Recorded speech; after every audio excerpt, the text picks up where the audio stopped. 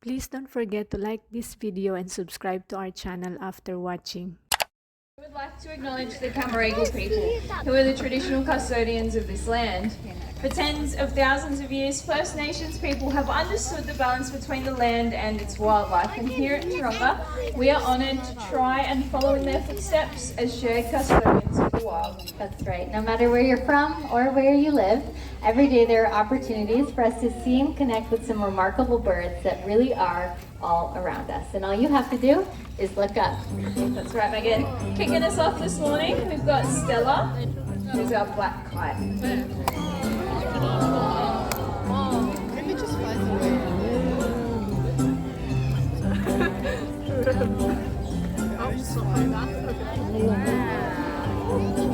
Nice.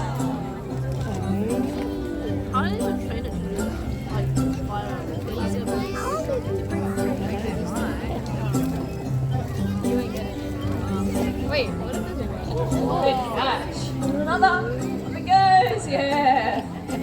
The way that Stella's feeding at the moment is called feeding on the wing. All she has to do is catch that food and pass it straight to her. Oh no. We dropped that last one over the cliff, but that's alright. We'll give Stella another one when she goes home. Everyone, Stella, our black kite. Yeah. Now, while we are looking up at a beautiful bird like Stella, many birds are spending their time looking down, and an emu egg, just like this one, well, it could be the ultimate prize for Australia's third largest hawk, the black-breasted buzzard. Everyone, this is Waru, and even with his sharp beak and feet, he does need help to get into that egg. And the rock. Nice. Well, it is the perfect tool for the job. Wow. Now, believe it or not, this is nothing we ever had to teach Waru to do. It's actually instinct. He hatched right out of his very own egg with this knowledge already inside. Now, he's done a pretty good job. He's made a small hole on the top. If it was a real emu egg, he would just stop there. Nice. Oh, good job. And he would lap the contents out from inside, but this one is a fake one, as you can already tell. We still make sure there's some yummy food on the inside for all of his hard effort. Now, we normally associate tool use like that with humans and other primates, so seeing a bird like Waru achieve their goal, well, that's pretty special. And it might make you think, hey, maybe I've got a bit more in common with birds than what I previously thought.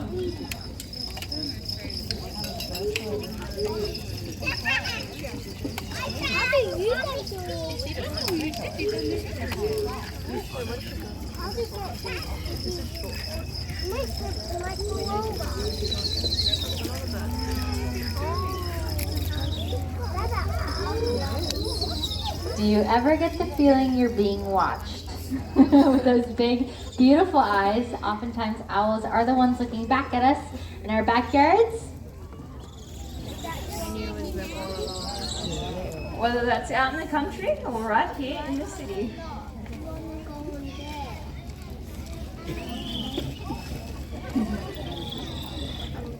Coming in nice and close. Now, this beautiful bird is Ripley. Ripley is called a barking owl. It's a very cool species that does in fact hunt during the daytime. In fact, half of the world's owls do hunt during the day. It's all about what they are, the birds. Using their powerful feet, a bird like this, well, they could take down prey larger than themselves.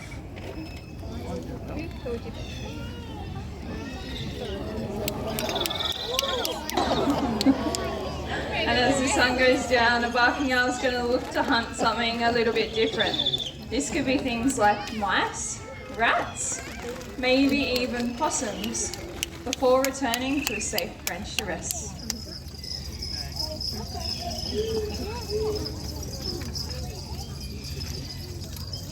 Now, I saw a few people ducking, but if you duck, they only fly lower. Keep that in mind. No, we do have lots of owls in our environment, and they're doing us a lot of great good, helping to restore the balance in our ecosystem, because invasive pests like rats and mice really do harm our native wildlife. So we're very happy to have owls in the environment to help restore that balance, because sometimes the rats and mice will take things like baby birds or baby eggs right out of the nest. And so we are really happy to have owls in this environment, especially because we had a rat problem. You heard about it, yeah. That rat problem, it happened around COVID. I know, it was a big deal, but don't worry, that problem is behind us now. Yeah, where I was in Canada, there was tons of squirrels and chipmunks and gophers, but needless to say, it's over completely, I hope.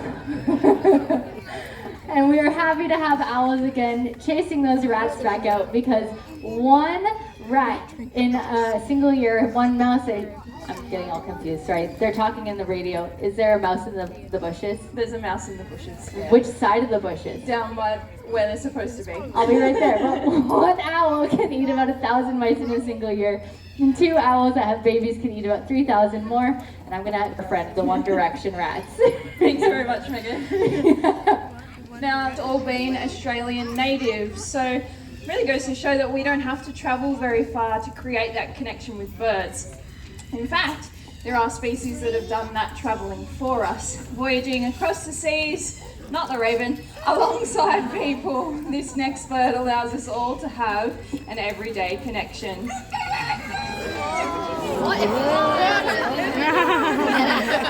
It's the chicken. More importantly, everybody, this is Mentari, and he is a red jungle fowl. Now, red jungle fowl, they originated in Southeast Asia, and they're actually the ancestor to all of our domestic chicken breeds. They've even boasted a connection with people for about 8,000 years. Today, our modern day chickens and the red jungle fowl, well, they have managed to make their way into our society and culture, our religions and our rituals. They've even made their way into our very own everyday language. So, whether you've been ruling the roost, maybe putting all your eggs into one basket, or maybe even a mother hen whose chicks are about to fly the coop, we really don't need to look any further than our own backyards to create that connection with birds. Everyone, Mentari and his hens.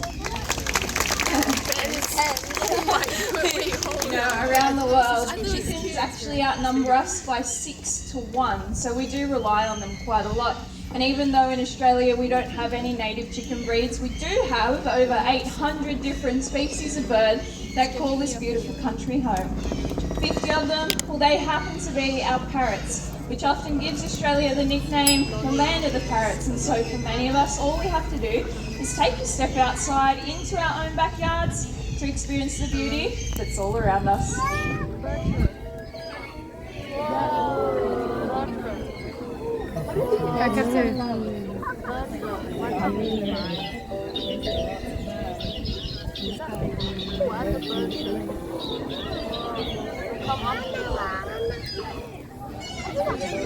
Where's the bird turn right now? Bye.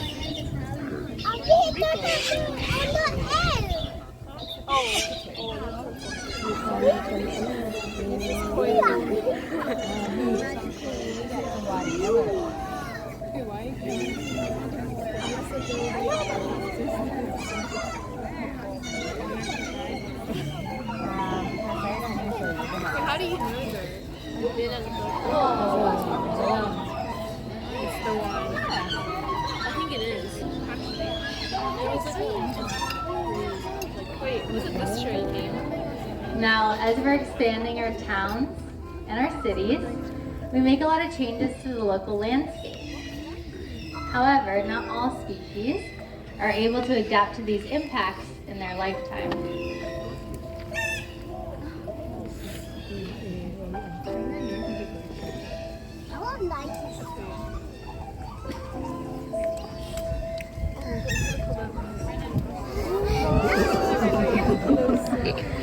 This species relies on tree hollows in order to survive. Everyone, this is Giri Giri, and he's a male red-tailed black cockatoo. You can tell he's a boy from that solid black body and the beautiful stripe of red down his tail. And his name, well, it actually means very red. Now here at Taronga, we don't have, here in Sydney, we don't have red-tailed black cockatoos that are native to the area, but here at Taronga, we do like to think of ourselves as a bit of a sanctuary, not only for the wildlife in our care, but for people and for local wildlife as well. In fact, Taronga really is habitat, and to demonstrate this, we do have a couple of volunteers that are already picked out, and they're going to be habitat for more red-tailed black cockatoos, Hakea and Monotoka.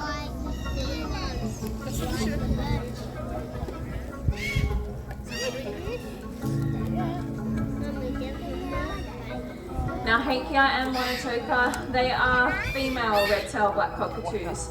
So they look a little bit different. Beautiful yellow speckles down their body and yellow and orange through their tails.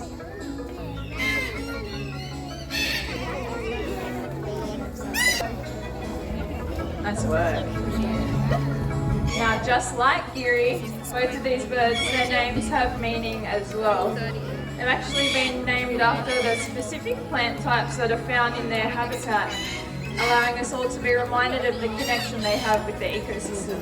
Nice job. Now, our volunteers are going to notice how messy these birds are when they eat, and you might notice that with the cockatoos in your own neighborhood.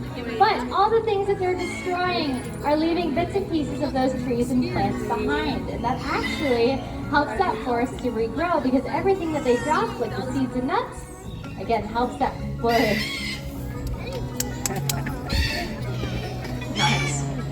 Now Megan mentioned earlier that these birds do rely on tree hollows, but one large enough for them could take about 150 years to form. So you might not have one in your very own backyard, but that's okay, because there are other things we can do to help them. Volunteers, you guys are the best trees I've seen today. You know, installing a nest box like that one is a really great take-home action, but in case you want to help wildlife whilst you're visiting, you can. Come on down at the end of the presentation and make a donation. With all of your support. Filled with birds, and remember, it all starts by simply looking up.